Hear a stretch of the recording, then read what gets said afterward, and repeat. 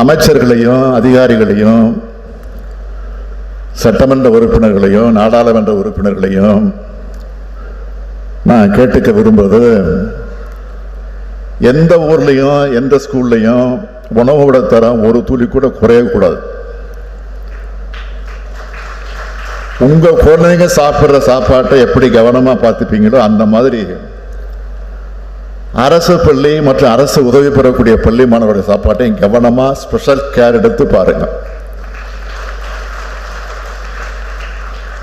நான் ஆய்வுக்கு வெளியூர் போகும்போதெல்லாம் ஏதாவது ஒரு ஸ்கூலுக்கு திடீர்னு போறேன். அங்க இருக்கக்கூடிய பிள்ளைங்களோட பேசுறேன். காலை உணவு எப்படி இருக்குன்னு பார்க்கிறேன். அந்த உணவை நானே சாப்பிட்டும் பார்க்கிறேன். மாண்புமிகு அமைச்சர் தம்பி உதயநிதி கூட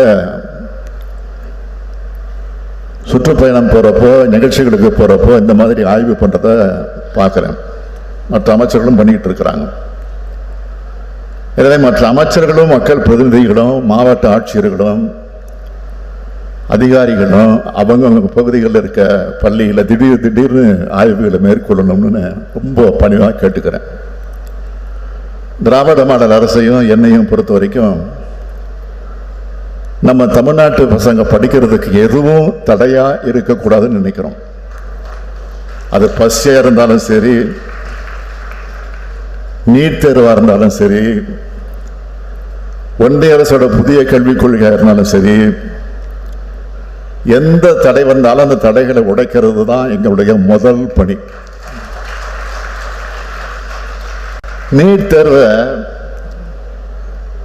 நான் எதிர்க்க தொடங்கினப்போ ஏன் எதிர்க்கிறீங்கன்னு சில எதிர்கேள்வி கேட்டாங்க. ஆனா இன்னைக்கு நீட் தேர்வு நடக்கிற முறைகேடுகளை பார்த்து உச்ச நீதிமன்றமே கேட்க ஆரம்பிச்சு, கேள்வி கேட்குது. மாணவர் சமுதாயம் போர்க்கொடி தூக்குது.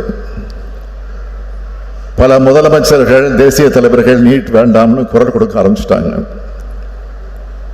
ஏன் ஒட்டுமொத்த இந்தியாவும் தமிழ்நாட்டு வழியில் நீட் தேர்வு எதிர்க்குது. ஒன்றிய பாஜக அரசு அரசியலுக்காக இப்போ நெருக்கடி நிலையை பத்தி பாராளுமன்றத்தில் தொடர்ந்து பேசுறாங்க.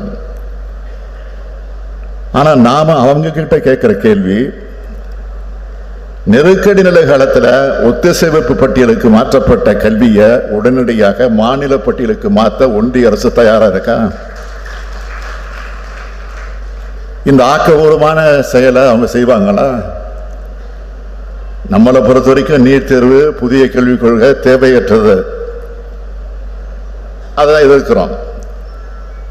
ஒரு பக்கம் அரசியல் மற்றும் சட்ட போராட்டங்கள் நடத்துறோம்.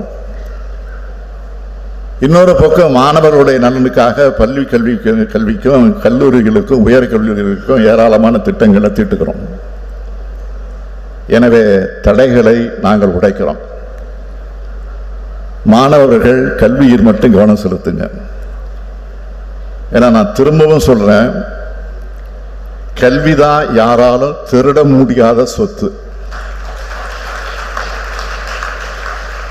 அந்த சொத்து தமிழ்நாட்டு மாணவர்கள் பெற்றாகணும். மாணவ செல்வங்களை படிங்க படிங்க படிங்க. நீங்க உயர படிங்க. நீங்கள் உயர உங்கள் வீடும் உயரும், இந்த நாடும் உயரும் என்று உங்களை எல்லாம் மனதார வாழ்த்து விடைபெறுகிறேன். நன்றி, வணக்கம்.